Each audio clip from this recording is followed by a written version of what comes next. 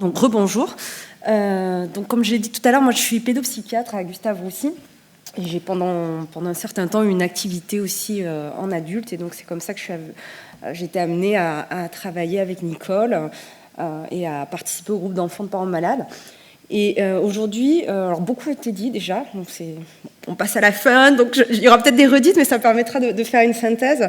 Les exposés étaient très, très intéressants avant, donc moi je vais essayer de vous montrer en quoi les groupes peuvent aussi servir finalement à détecter des besoins d'accompagnement individuel ou familial, et en quoi en fait ce sont aussi des systèmes de prévention primaire et secondaire. Alors, ça, j'ai fait cette slide avec un petit peu de données de la littérature, juste pour vous montrer que les données sont contradictoires. C'est-à-dire que quand on voit la littérature, et notamment les données quantitatives, donc basées sur des questionnaires, on voit que les enfants de parents malades présentent plus de difficultés en termes de troubles internalisés. Ce qu'on entend par troubles internalisés, c'est des symptômes anxieux, du stress, des symptômes dépressifs. Hop, ouais, c'est pas grave. Et qu'en termes de troubles externalisés, ça ne serait pas plus fréquent. Trouble externalisé, ça va être trouble du comportement. Alors ça ne serait pas plus fréquent, peut-être parce que ça ne l'est pas, et peut-être aussi parce que finalement dans ces études, les plus petits, les enfants plus jeunes, sont souvent exclus. Ce qui ressort quand même de la plupart des études, et même de grandes études, avec des cohortes importantes, c'est qu'il n'y a pas vraiment plus de troubles psychiatriques, pas plus de troubles mentaux chez les enfants de parents malades. Qu'en fait, ça serait plutôt une anxiété, des troubles de l'adaptation, un stress important au moment du diagnostic, mais que finalement, ils s'adapteraient plutôt bien. Alors, est-ce que du coup, il faut se dire, à quoi ça sert tous ces groupes ? Non, ils s'adapteraient plutôt bien, mais peut-être parce qu'ils ont eu des groupes et des prises en charge. Dans ces études, le problème, c'est qu'on ne sait pas ce qu'il y a eu, on ne sait pas s'ils ont été sensibilisés, si ces enfants informés. Ce qu'on sait, c'est effectivement les enfants de parents qui ont des parents atteints de cancer n'ont pas plus de troubles mentaux. On a une grande cohorte finlandaise, une étude récente, on voit bien qu'il n'y a pas plus de troubles, enfin, petite prévalence augmentée chez les adolescentes filles de parents malades, mais sinon, il n'y a pas plus de troubles mentaux au sens du DSM. Par contre, ce qui était intéressant, c'est qu'il y avait un quart des enfants qui avaient consulté, un quart des enfants de parents atteints de cancer, qui avaient consulté, qui avaient consulté un psychologue ou un psychiatre. Un quart n'avait pas de diagnostic, ce qui montre que de diagnostic psychiatrique en termes de codification, ce qui montre qu'en fait, ils avaient quand même une souffrance qui était significative, puisque les parents les avaient amenés à consulter, ils avaient fait une demande, une démarche, ils avaient consulté vraiment dans des établissements de soins. Ils n'avaient pas de diagnostic. Donc, il y a quand même une marge entre ce qu'on peut classifier avec ces études et ce qui est la réalité. Donc, finalement, il n'y a pas plus de troubles, de risques, de troubles psychopathologiques, mais il y a vraiment une détresse qui peut nécessiter une prise en charge spécialisée. Et Nicole l'a très bien décrit ce matin. Et les études qualitatives, pour ça, sont plus justes, dans le sens où elles vont peut-être mieux circonscrire ce qui se passe pour ces enfants-là. Et on sait que c'est des enfants qui vont présenter tout un tas de difficultés, qui sont peut-être pas significatives ou assemblées au point d'entraîner des syndromes, des vrais syndromes dépressifs ou des vrais troubles anxieux, mais en tout cas suffisamment importants pour avoir un retentissement sur leur qualité de vie et sur la dynamique familiale. Donc je ne vais pas revenir sur ça puisque Nicole en a parlé ce matin, et nos slides finalement sont très similaires. Pour les parents, quelles difficultés dans leur parentalité ? On en a discuté aussi, mais c'est vraiment beaucoup de questions en termes de transmission de l'information. Que dire ? Comment ? Quand ? Comment préserver son rôle parental malgré la fatigue, malgré les absences, et puis beaucoup d'inquiétudes et de culpabilité autour de la question de l'impact de la maladie sur ses enfants, l'impact psychologique, l'impact sur sa qualité de vie, l'impact sur sa scolarité, son futur, sa propre santé, notamment dans les cancers d'origine génétique. La question en filigrane de qui c'est qui va s'occuper d'eux si je ne suis plus là. Et il y a quelques études du coup qui ont synthétisé et qui ont dit finalement des enfants, les parents, il y a ces difficultés, ils ont besoin de quoi ? Ils ont besoin pour les enfants d'une information adaptée à l'âge, d'espace pour exprimer, partager leurs sentiments, de possibilités de rencontrer des pairs, ça c'est souligné dans toute la littérature, à la fois pour partager des expériences, mais aussi pour partager des moments sympas, de rompre l'isolement. Et puis de prise en charge individuelle pour certaines situations, notamment souvent les situations où la maladie va progresser, les situations de décès. Et pour les parents, ce qui est identifié, c'est un besoin de soutien à la parentalité avec un travail sur la communication, leur fournir des supports de communication, donc tout ce qui va être livres, documents, des conseils, la guidance parentale, la possibilité également d'échanger avec d'autres parents, de partager l'expérience. Et puis, ils sont en attente d'aide pour favoriser la communication intrafamiliale. Donc c'est sûr que les groupes, finalement, c'est un bon dispositif, on les a présentés pour répondre à ces besoins. C'est un bon dispositif puisqu'on a pris un petit temps finalement en début d'après-midi pour expliquer comment ça se déroulait, mais il y a effectivement dans le modèle en tout cas qu'on présente un temps d'information sur la maladie, les traitements, qui va on s'appuie donc sur le film qu'on vous a diffusé, un temps d'échange qui va permettre à chacun d'exprimer son vécu. Puis un temps de partage et de rencontre qui peut se faire alors autour d'un goûter, mais pour d'autres groupes, d'autres modèles, ça va être autour d'une activité. Je pense que notre collègue de Bordeaux qui prendra parole après, je crois à Bordeaux, il y a un partage d'activités, il me semble. Enfin, en tout cas, à l'époque, c'était comme ça. Et puis, ces groupes-là, donc il y a une co-animation, on l'a dit, très importante entre un médecin somaticien, un psychologue ou psychiatre. Et c'est important parce que ça va permettre à la fois d'apporter une information médicale, un crédit aux informations médicales, et puis aussi d'avoir cette expertise, ce regard plus psy. Mais c'est également un espace qui va permettre de repérer les besoins de prise en charge individuelle et familiale. Pourquoi ? Parce que ça peut faciliter l'accès à une prise en charge psychologique que l'on n'osait pas demander ou que l'on n'osait pas proposer en tant que soignant. Pourquoi ? Parce que les parents ont des idées préconçues. Aller voir un psy, c'est pas encore si facile. Encore beaucoup de patients, quand ils viennent nous voir, disent « mais je suis pas fou ». Il y a la peur aussi et les craintes de venir demander de l'aide en tant que parent. De dire, en fait, je reconnais que je suis peut-être pas à la hauteur en tant que parent, je n'arrive pas à comprendre les besoins de mon enfant. Et finalement, participer à un groupe, c'est un peu différent que de venir voir un psy. C'est plus simple de dire on va à un groupe. Et puis, il y a tous ces temps informels qui vont faciliter la rencontre avec le psy, un contact, qui vont dédramatiser. Finalement, le psy, on peut boire un thé avec, discuter, et ça va être moins difficile finalement de faire la démarche après d'aller le voir. Pour les soignants, ce qui va freiner, qui va faire qu'on va peut-être pas proposer, Emmanuel l'a dit juste avant, mais c'est le manque de temps souvent, le manque de formation pour évaluer, pour orienter. Il peut y avoir les propres résistances, la peur de pas savoir faire, la peur finalement on propose pas par crainte de pas savoir quoi répondre à la détresse. Et pour les enfants et les adolescents, c'est peut-être plus pour les adolescents, il y a les idées préconçues. Il y a beaucoup d'adolescents que je reçois après qui avaient cette crainte, des images, de l'idée d'aller voir un psy. C'était pas du tout mais mes parents m'amènent voir un psy, mais je suis tout à fait normal. Il y a des inquiétudes par rapport aux réactions du parent. Il y a l'idée il faut se montrer fort encore pour le parent. Il y a encore un livre qui est diffusé assez largement qui dit, qui témoigne de comment l'enfant doit être fort pour son parent, courageux. Alors que c'est pas ça qui va faire, c'est pas parce qu'on n'a pas été assez courageux, on le sait bien qu'on va pas guérir. Donc il peut y avoir cette envie de protéger son parent. Et puis il peut y avoir aussi l'impression que ce n'est pas la priorité, que finalement on va pas parler pour les ados de ce qui va pas pour eux parce que leur parent est tellement malade, il faut être fort, on se met en retrait.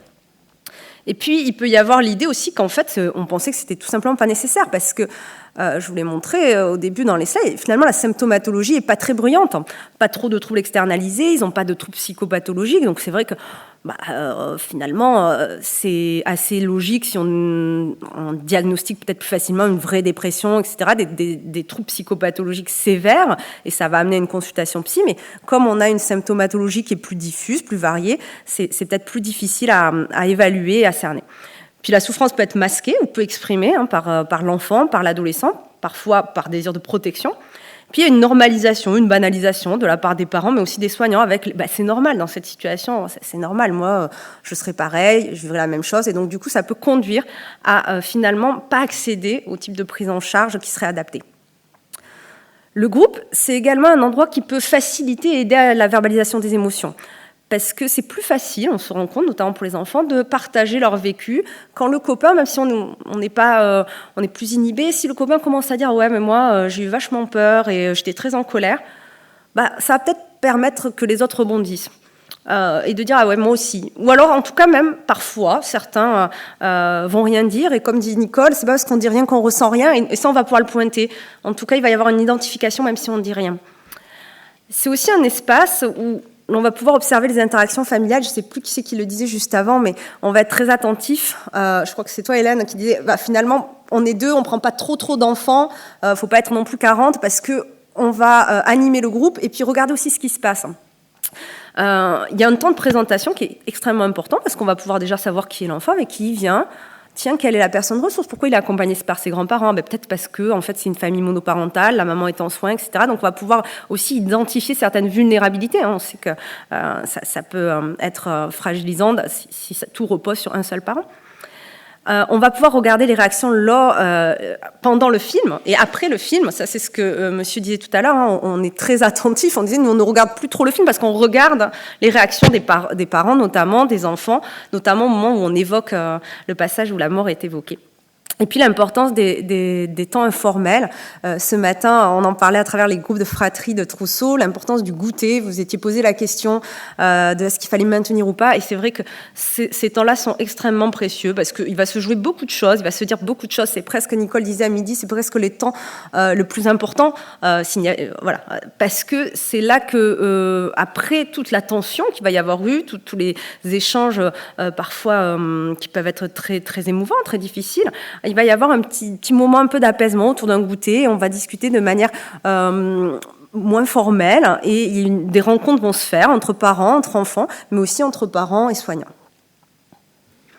Donc, je vais donner l'exemple de la manière dont on a fonctionné avec Gustave Roussy sans trop inciter puisqu'on en a parlé finalement avant, mais c'est vrai que donc nous on anime les groupes avec un médecin et un psychologue ou un pédopsychiatre. Alors moi j'ai la double casquette, ça m'est arrivé de faire le rôle du médecin, donc il faut changer de rôle, ou le rôle du psy, mais en tout cas je pense que c'est important c'est pas évident de switcher d'un à l'autre, mais c'est important de bien séparer les choses.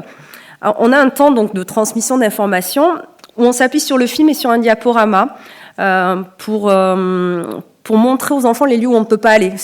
Par rapport à la radiothérapie, par exemple, on a un temps avec des diaporamas où on montre les salles, les machines, etc. On le fait sous forme de quiz, ils aiment bien.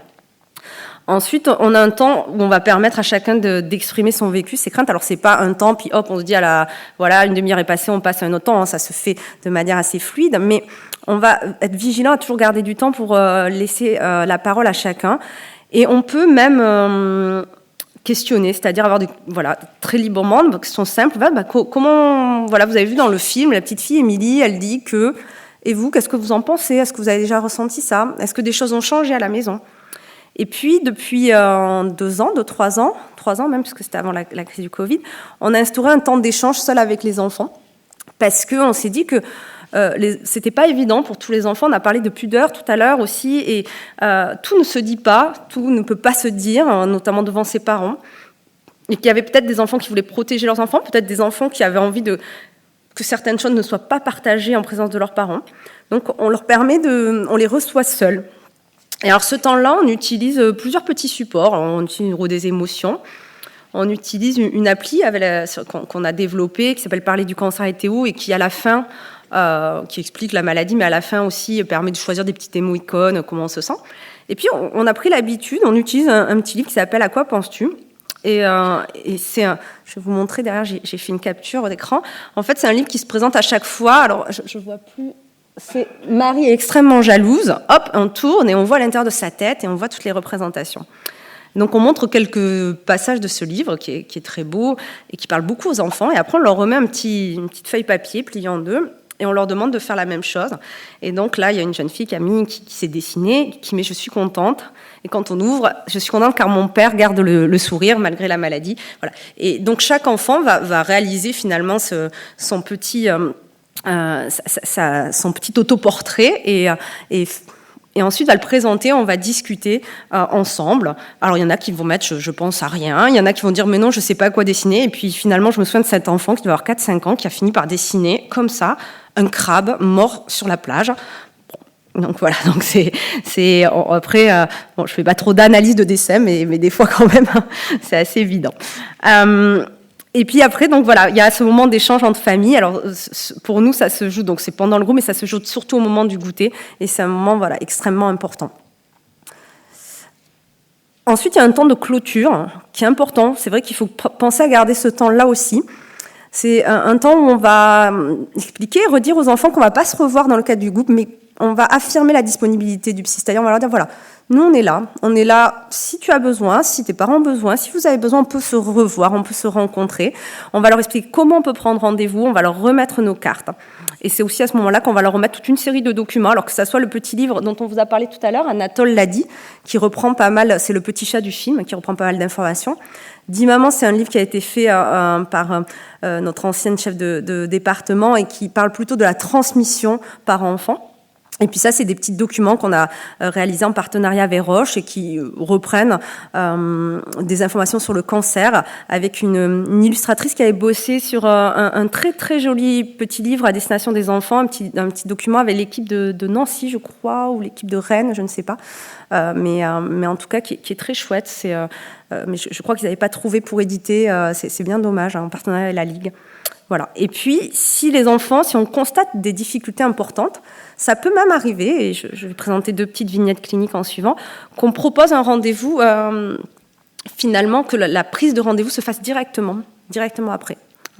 Et en cas de refus, si on est très inquiet, c'est aussi et qu'on a identifié des besoins, qu'on a identifié une situation qui nous paraît compliquée, une maman très isolée, seule, avec une maladie qui paraît très grave, évoluée, on va pouvoir faire le lien aussi avec l'oncologue. On va se permettre de rediscuter après en équipe pluridisciplinaire avec l'oncologue, éventuellement avec le service social pour voir un petit peu si la famille est connue, etc.